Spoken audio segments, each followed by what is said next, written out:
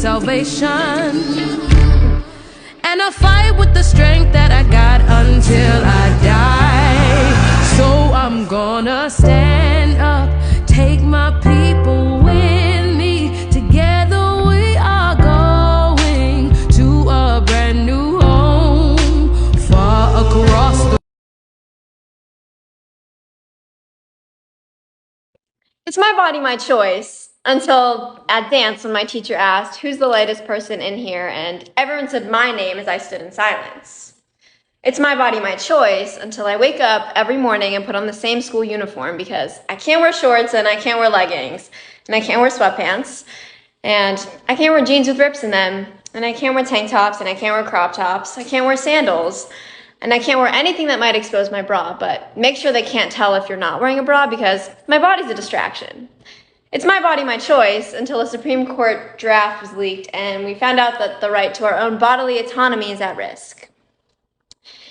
It's starting to feel like my body and everybody else's choice.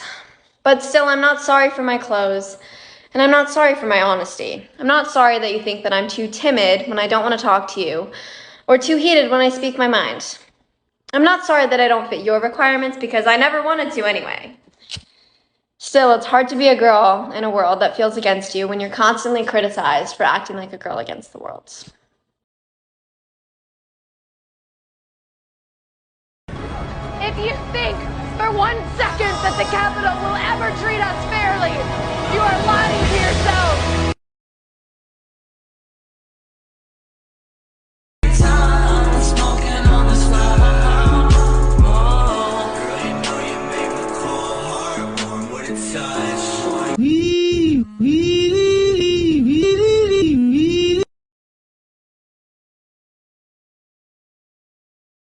Message for President Snow. You can torture us and bomb us and burn our districts to the ground. But do you see that? Fire is catching. And if we burn, you burn with us. Hey, you, if I want the government in my uterus, I would fuck a senator. America, home of the free, unless you have an ovary. I have a message for President Snow. You can torture us and bomb us and burn our districts to the ground. But do you see that? Fire is catching. And if we burn, you burn with us.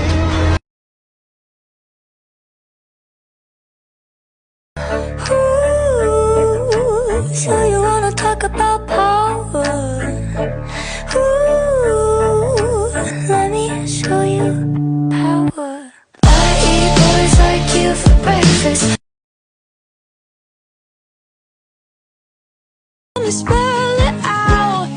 A, B, C, D, E, F. You and your mom and your sister and your job and your broke ass car and that shit you call art. Fuck you and your friends that He even said that he made a mistake with me and that he didn't want that when we touched back down. Well, another body has been found in Lake Mead, the second in a week. Didn't I say this was just the beginning? To recap, Lake Mead is drying up at unprecedented rates since the area where it sits is having the worst drought in 1,200 years. And on top of that, Lake Mead is right next to Vegas, meaning for the last couple decades, it's been a dumping ground for the mob. And last week, a barrel was found washed up with a body from the 70s inside of it. There was not much left of the body that was just found, so determining the cause of death is going to be really hard on this one. But like I said in my last video about Lake Mead, this could still just be the beginning. Amber Heard finally addressed the makeup palette she used to cover up her bruises. Earlier in the trial, Amber Heard's lawyers claimed that Amber carried around this color-correcting palette in her purse since 2015 to cover up her bruises. But the company that made that palette took to TikTok and said that they only released that in 2017. So therefore, Amber couldn't be using that exact product to cover up her bruises in 2014 and 2015. Well, Amber was personally questioned about it today, and made an interesting correction that it wasn't exactly that palette, but just something like it. She said, "This is not obviously the exact one I used to carry, but I used to carry one with me all the time." Interestingly, she then went on to describe the color correcting kit as a bruise kit. She clarified immediately after that she called it her bruise kit because she used it to cover up bruises. But some people in the makeup industry are claiming that it was a little bit of a Freudian slip, because this is what is typically known as a bruise kit. But at least in theater, it's traditionally used to create bruises rather than cover them up. So I advise you that was just speculation, that really could just be what she referred to it as. After that, Amber started to wrap up her testimony and detailed how this situation has impacted her career and how she had several lines cut from Aquaman, and claimed that publishing the op-ed was never about Johnny, that it was about her, and how she was trying to raise awareness for gender-based violence. And finished by saying, "It's torture, it's torturous. I want to move on with my life. I have a baby. I want to move on. I want Johnny to move on too. I want him to leave me alone." In my next few videos, I'm going to break down the start of Johnny Depp's lawyer's cross-examination. The day we've all waited for is finally here. Today, Johnny Depp's attorney, Camille Vasquez, began cross-examining Amber Heard, and she did not come to play. Mr. Depp hasn't looked at you once this entire trial, has he? Not that I've noticed, no. You've looked at him, though, many times, haven't you? Yes, I have. He promised you would never see his eyes again. Isn't that true? I don't recall if he said that. It was when you met him in San Francisco in July of 2016. You will not see my eyes again. And he kept that promise, hasn't he? As far as I know, he cannot look at me. And you said to Mr. Depp, quote, "You can please tell people that it was a fair fight and see what the jury and the judge think. Tell the world, Johnny. Tell them Johnny Depp, I, Johnny Depp, a man, a victim too of domestic violence." End quote. That's what you said, right? I was saying it to the man who beat me up, yes. I thought it was preposterous. And the man you beat up numerous times. Right, Miss Heard? I could never hurt Johnny. I'm sorry that I didn't hit you across the face in a proper slap, but I was hitting you. It was not punching you. You're here in this courtroom because Mr. Depp finally told the world that he's a victim of domestic violence. You didn't think he would tell the world he was a victim of domestic violence, did you? I'm pretty sure Camille got all her evidence from CVS Pharmacy, because she brought a long-ass receipt today! Medical records missing a lot of things. But it doesn't document any physical injuries. Doesn't seem to be documenting anything. Probably because there was nothing to document, right, Miss Heard? Today on the stand, Amber Heard pulled the old Justin Bieber response to most of the questions she was asked. I don't recall. I don't recall, she said multiple times. Immediately followed by Camille saying, "Oh, that's funny, because I have your words right here on paper. If I had a shot for how many times that happened today, I'd probably be in the hospital." But the best part of all, today Camille got Amber to admit that she lied under oath in her UK trial. The word of the day? Pledge. $7 million divorce settlement was paid to you in full by February of 2018, right? That's correct. You said that you had, quote, donated, end quote, your entire divorce settlement to charity. That's correct. But you hadn't donated your entire $7 million settlement to charity at that point, had you? That's incorrect. Sitting here today, Ms. Heard, you still haven't donated the $7 million divorce settlement to charity. Isn't that right? Incorrect. I pledged the entirety of the settlement, $7 million to charity, and I intend to fulfill those obligations. Ms. Heard, that's not my question. You have not donated the $7 million, donated, not pledged, donated the $7 million divorce settlement to charity. I use pledge and donation synonymous with one another. They But are I the same don't. thing. Ms. Heard, I don't use it synonymously. You have not paid $3.5 million of your own money to the ACLU. Yes or no? I have not yet. You have not paid $3.5 million of your own money to the Children's Hospital of Los Angeles, correct? I have not yet. This is really inappropriate. Amber had the divorce settlement in full for 13 months and refused to pay it to either of the charities. It's only day one of cross-examining Amber Heard, and they already got her to admit to perjury from her UK trial. Camille Vasquez, you are a treasure. Mr. Depp mentions Aquaman, doesn't he? Yes, he does. Mr. Depp got you that role in Aquaman, didn't he? Excuse me? Mr. Depp got you that role in Aquaman, didn't he? No, Miss Vasquez, I got myself that role by auditioning. That's Mr. how that Depp works. says, quote, "Your jealousy is so tragic." I heard him say that, yes. You were the jealous one in this relationship, weren't you, Miss Heard? I think he was indicating I was jealous of his career. But now you've twisted it to say it was Mr. Depp that's the jealous one. Johnny's always been very jealous when I worked, when I did anything, friends. Yes, he's always been very jealous. Johnny Depp's lawyers cross-examined Amber Heard. Here's what you need to know. Johnny Depp's attorney questioned Amber if she could see any visible injuries in a series of photos. As stated in my previous video, this photo was taken after the Met Gala, and a few days prior, Amber alleged that Johnny had broken her nose, which Amber testified that she covered up using ice and makeup.